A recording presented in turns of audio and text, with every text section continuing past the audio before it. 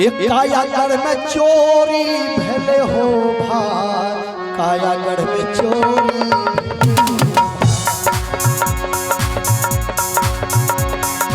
कायागढ़ में चोरी भेले हो भाई, कायागढ़ में चोरी भेले हो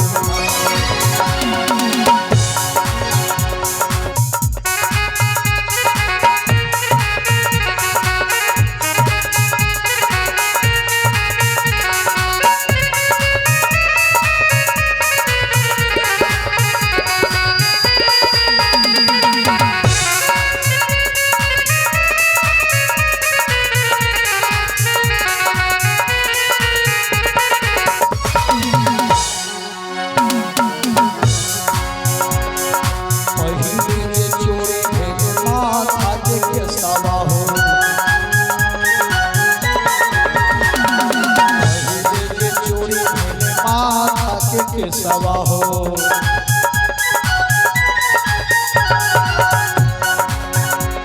ए अखिया सही तेरे हो जाए,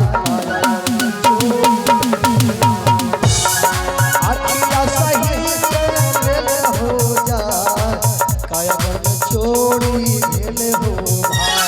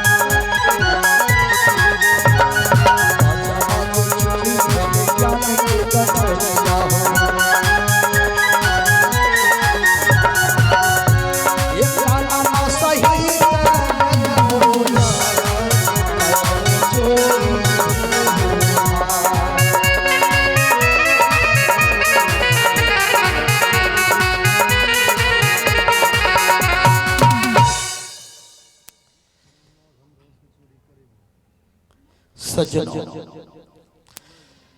सुदामा जी ने कहा भैया ये सब पूछने का अब उम्र रहा, विवाह किए कि नहीं किए।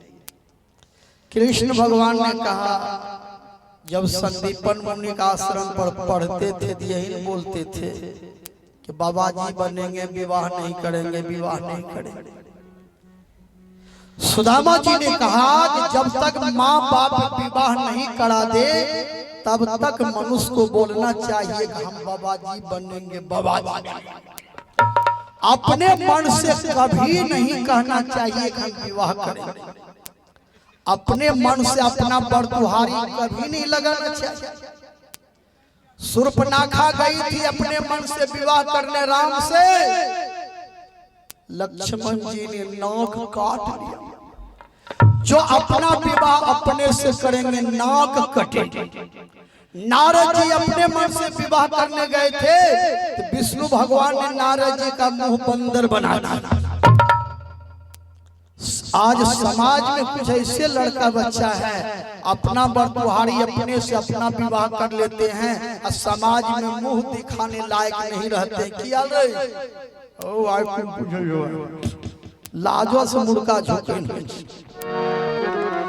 भगवान राम को देखिए, धनुष को तोड़ दिया लेकिन विवाह नहीं किए। जब राजा दशरथ जी बारात लेकर गए, राजा दशरथ जी ने कहा कि बेटा विवाह करो, तब भगवान राम विवाह किए, अपने मन से अपना विवाह नहीं किए।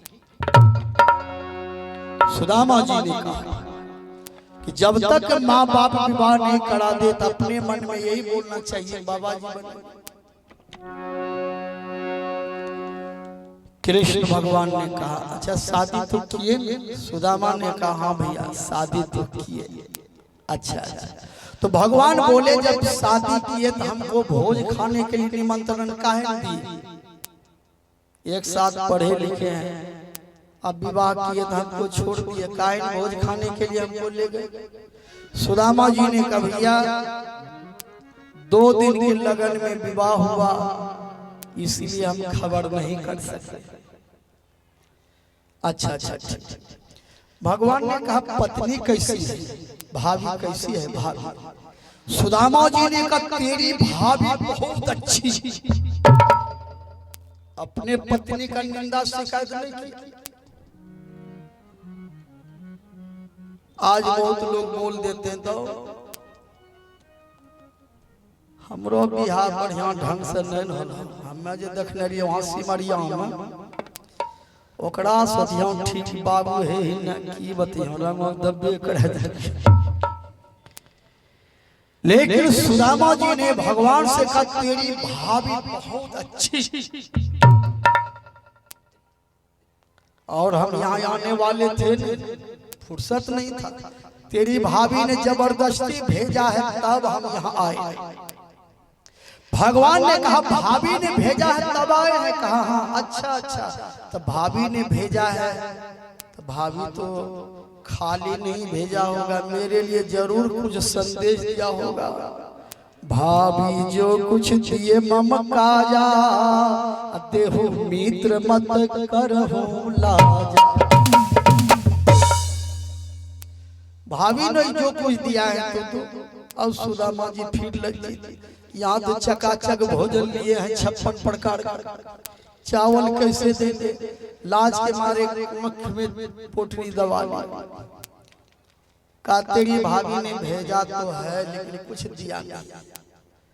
भगवान ने सोचा कि पहले वाले आदत जो है अभी भी मित्र को है, लेकिन एक बार हम तो नाराज हो गए तो चौथा पंथ तक गरीबी में चला गया, अब की बार ये आदत छोड़ा देंगे। भगवान ने कहा भाभी ने कुछ नहीं दिया, सुदामा ने कहा कुछ नहीं दिया। कृष्ण भगवान ने कहा अच्छा चलो नहीं दिया तो नहीं, हाथ ऐसे क्यों किए हैं? हाथ को सीधा कीजिए। सुदामा जी ने कहा ये जगह गिर गए थे इसमें चोट है इसीलिए से किए। भगवान ने कहा लाइए इसी हाथ का मेहनत कर देते हैं। भगवान जबरदस्ती हाथ पकड़ करके ऊपर उठा दिया, चावल की पोटली नीचे गिर पड़ा। भगवान पोटली लिया, खोल करके थोड़ा सा चावल मुंह में ले लिया। एक बार लिया तो 1 लोक दे दिया, दूसरा बार लिया तो 2 लोक दे दिया, और तीसरा जब उठाते हैं तो रुक्मिणी हाथ पकड़ती है, भगवान से बोली पतिदेव तीनों लोग मित्र को दीजिएगा तब तो आप ही सुदामा बन जाइएगा, कुछ अपने लिए भी रखिए। अरे खाई लगले खाई